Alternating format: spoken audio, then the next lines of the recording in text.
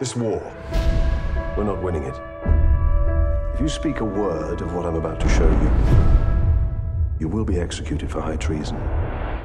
Benedict, thank you so much for chatting with us. Pleasure, thank you for having me.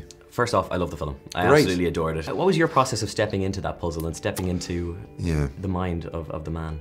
It was interesting. I mean, the script itself is fantastic. Like you said, it's a great lead through for an audience, I think, of gradual discoveries, both of the man and the mystery they're trying to crack in the Enigma code. And I was lucky enough to speak to his nieces, who had known him when they were young, but well, I was going to say, when you did talk to them, because they must have been like 8 or 9 when they were really young, him. but still, to have a child's memory of a man who was that extraordinary and imposing and had a very considerable, I mean, a really considerable stutter and speech impediment. So that, how did that, what was the memory of that, and what did it sound like or feel like to be around him was hugely important. His impact on people, and that was the uniqueness of him that we celebrate in the film, I guess. It's just the way he was programmed. It's the way, well, yeah, good pun. But I think really, no, you've touched on something profound, which really is about him. His work is all about that. Everyone thinks Enigma is unbreakable.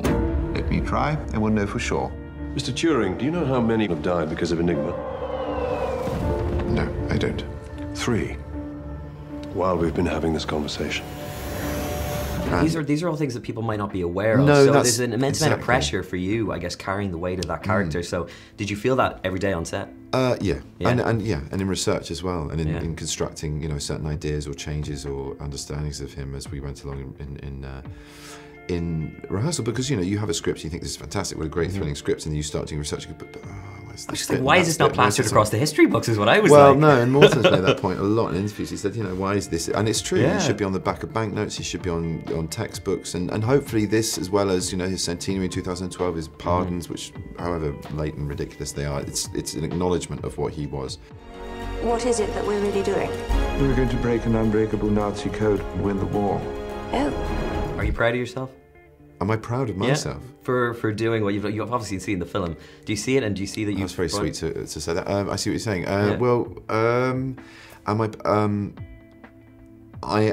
really happy with the film. I put it like that. It's a very odd experience watching yourself, and this isn't mock humility. It's weird. It's weird to sit in your own audience. It just is, and because you always. I'm my own worst critic. There is nothing that any critic could say about my performance that I wouldn't go, that's true. Yeah, or the way I look, or the way I sound. You know, of course. Dude, you are brilliant. Well, thank you. That's very kind. But it's just like, you know, you always see things you could better, and you kind of go. So it's very nice to hear that. I'm really thrilled, and you know, great. And if that carries people into cinema to see it, I'm thrilled about that. I thoroughly enjoyed it, and I cannot wait to see it again. Terrific. Thank you.